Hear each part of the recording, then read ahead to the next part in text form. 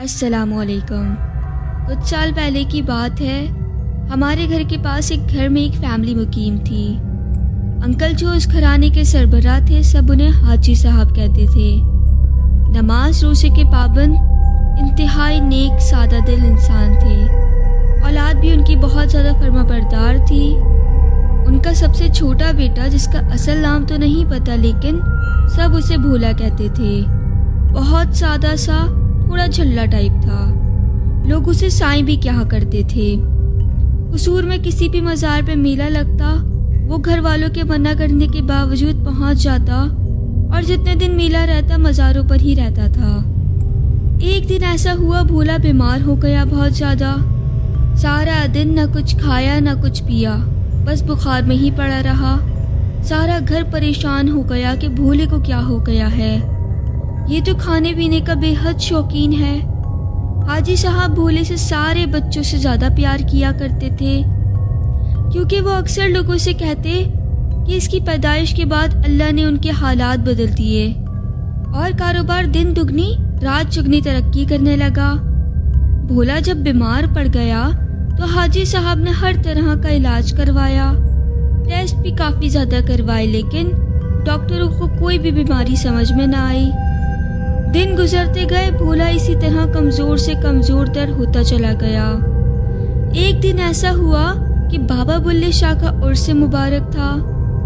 गली से कोई मज़ार पर चादर चढ़ाने के लिए ढोल लेकर गुजर रहा था कि ढोल की आवाज़ सुनते ही भोले के जिस्म में एक कड़कड़ाहट सी आने लगी। उस पे अजीब सा वजूद तारी होने लगा और आंखें लाल सुर्ख सी हो गईं। घर वाले सारे खौफजदा हो गए, रोने धोने लगे कि इसे पता नहीं अचानक से क्या हो गया। भोला अचानक उठा और गली में निकल गया।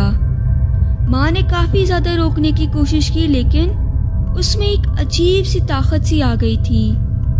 भोला ढोल के आगे मस्त सा झूमने लगा और झूमते झूमते लागर होके ज़मीन पे गिर पड़ा। हर कोई हैरत ज़दा था।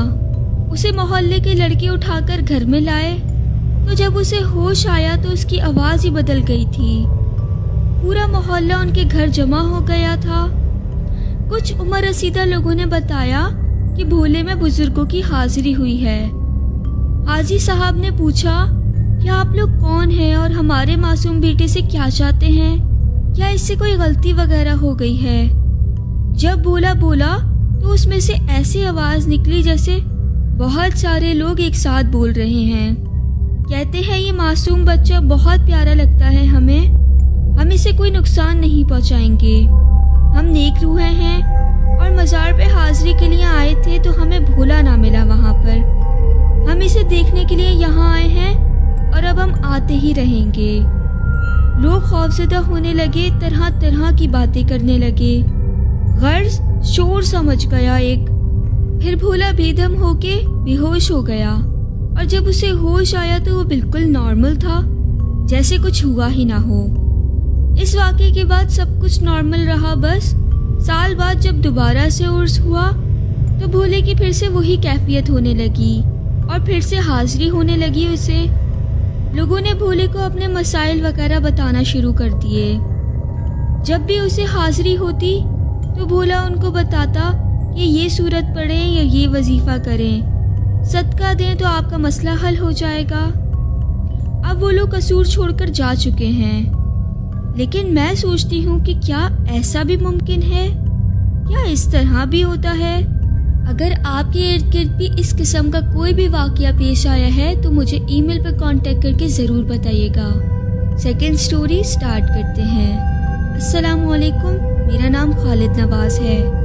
ये तब की बात है जब मैं बहुत छोटा था, करीब 8 या 9 साल का होऊंगा, और उस वक्त हम इंसोल का जो शहर है इंडिया का, उसमें अपनी फैमिली के साथ किराए पर रहा करते थे।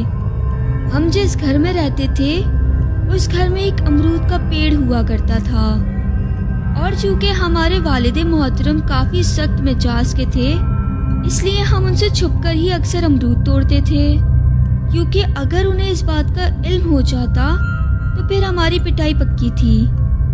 क्योंकि अमरूद का पेड़ छत से बहुत ज़्यादा करीब था, तो मैं अक्सर रात में ही अमरूद तोड़ता था।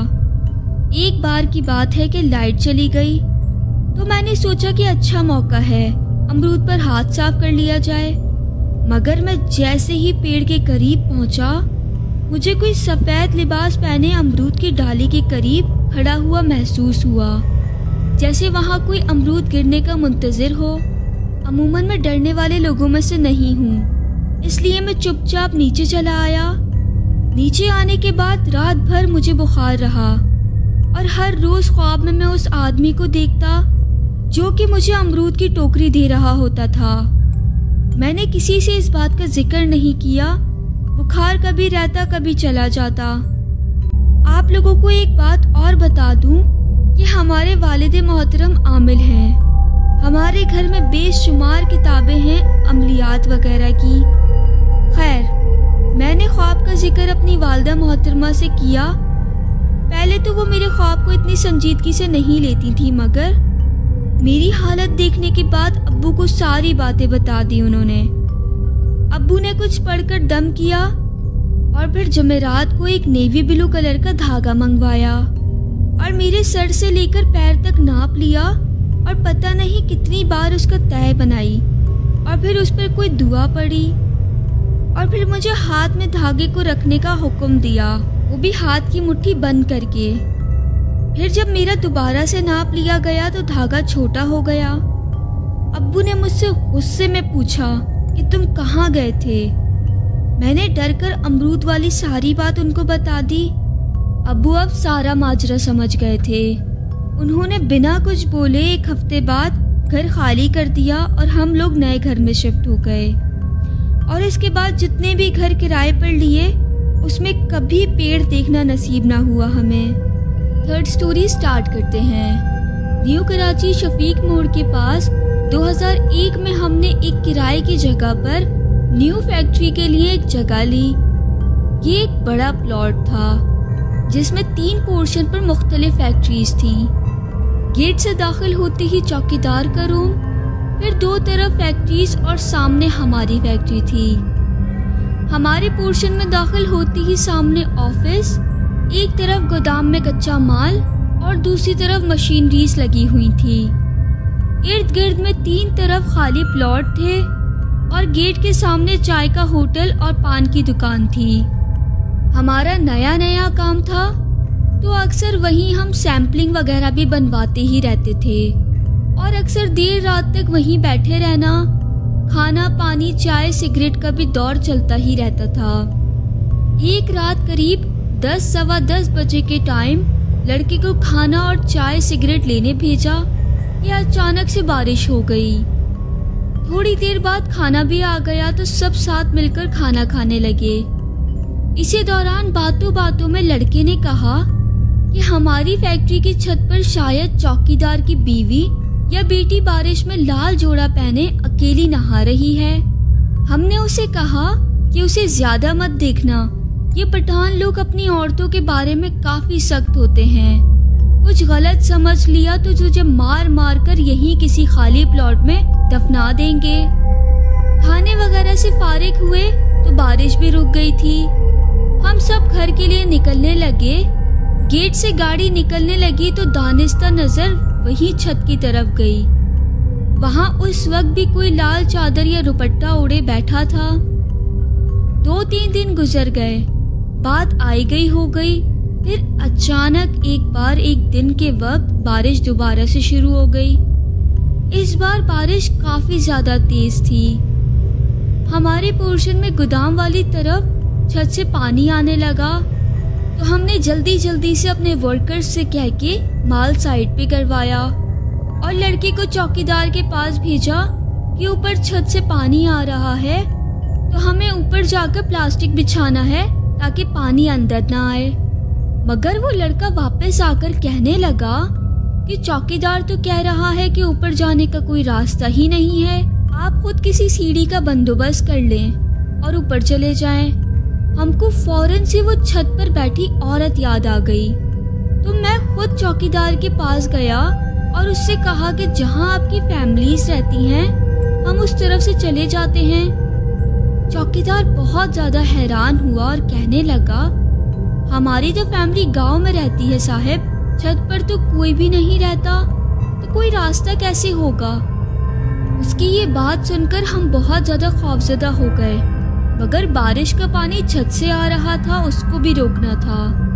तो बराबर वाले पोर्शन वालों से हमने सीढ़ी लेकर लड़कों को भेजा कि छत पर जाकर ख्याल से प्लास्टिक शीट बिछा कर आ जाओ।